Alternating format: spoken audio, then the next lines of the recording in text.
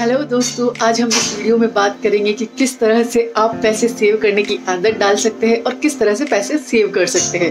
तो पैसे सेव करने की आदत इस तरह से डलेगी कि आप अपना खर्चा कम कीजिए, जो ज़रूरत की चीज़ें वही लाइए, अगर वह ज़रूरी नहीं है तो मत लाइए।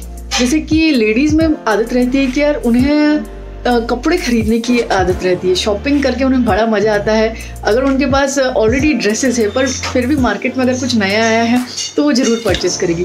तो उस चीज़ की आदत आई थिंक आपको थोड़ी सी रिड्यूस करनी पड़ेगी। हाँ, आप खरीदिए कपड़े, डेफिनेटली खरीदिए, बट ज़रूरत हो तो खरीदिए, क्योंकि फैशन तो चेंज होता रहता है। तो आप मतलब थोड़ा सा अपना एक्सपेंसेस उसमें बचाइए।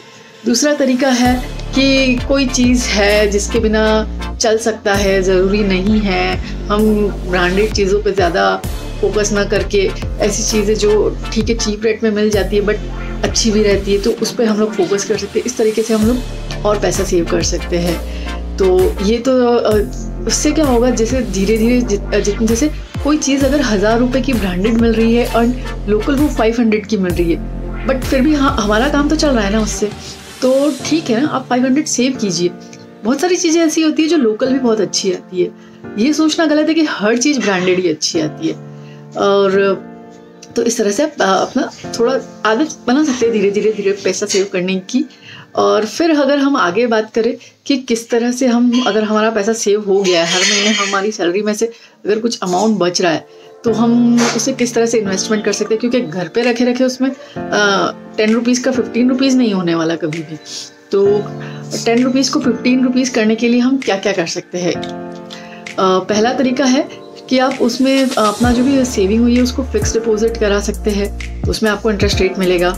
दूसरा तरीका है आप आरडी करा सकते हैं, आरडी में भी इंटरेस्ट रेट मिलेगा। आरडी और फिक्स डिपॉजिट दोनों में क्या डिफरेंस है?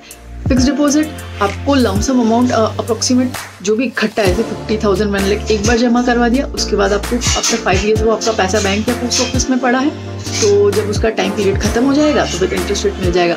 एंड आरडी में ये रहता है कि आपको हर महीने 500 रुपये, 1000 रुपये जमा कराना पड़ेगा। फॉर एग्जाम्पल आपने आरडी जो है 5 ईयर्स की खुलवाई है, तो 5 ईयर्स की आरडी खुलवाई है तो आपको 5 ईयर्स तक हर महीने 1000 रुपीज़ उसमें डिपॉजिट करना है। वो अमाउंट आप जितना चाहे उतना डिपॉजिट कर सकते हैं। ये हो गया दूसरा तरीका।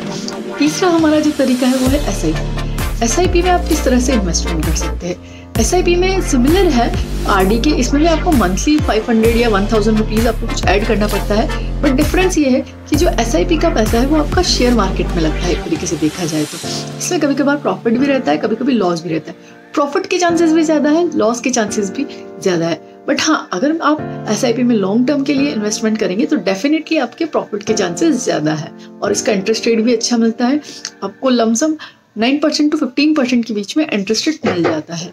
और हमारा एक और तरीका है म्यूचुअल फंड्स। म्यूचुअल फंड्स जो है वो हमारा फिक्स डिपॉजिट की तरह होता है, बट इसमें भी क्या है, रिस्क रहता है, प्रॉफिट भी ज़्यादा रहता है, दोनों चीज़ें रहती है। अगर लॉन्ग टर्म के लिए सिमिलरली एसआईपी के सिमिलर अगर आप लॉन्ग टर्म के लिए इन्वेस्टमेंट करेंगे तो डेफिनेटली आप प्रॉफिट ज़्यादा होगा। तो इस तरह से आप अपने 10 रुपये को 15 रुपये में कन्वर्ट कर सकते हैं घर बैठे बिना कुछ काम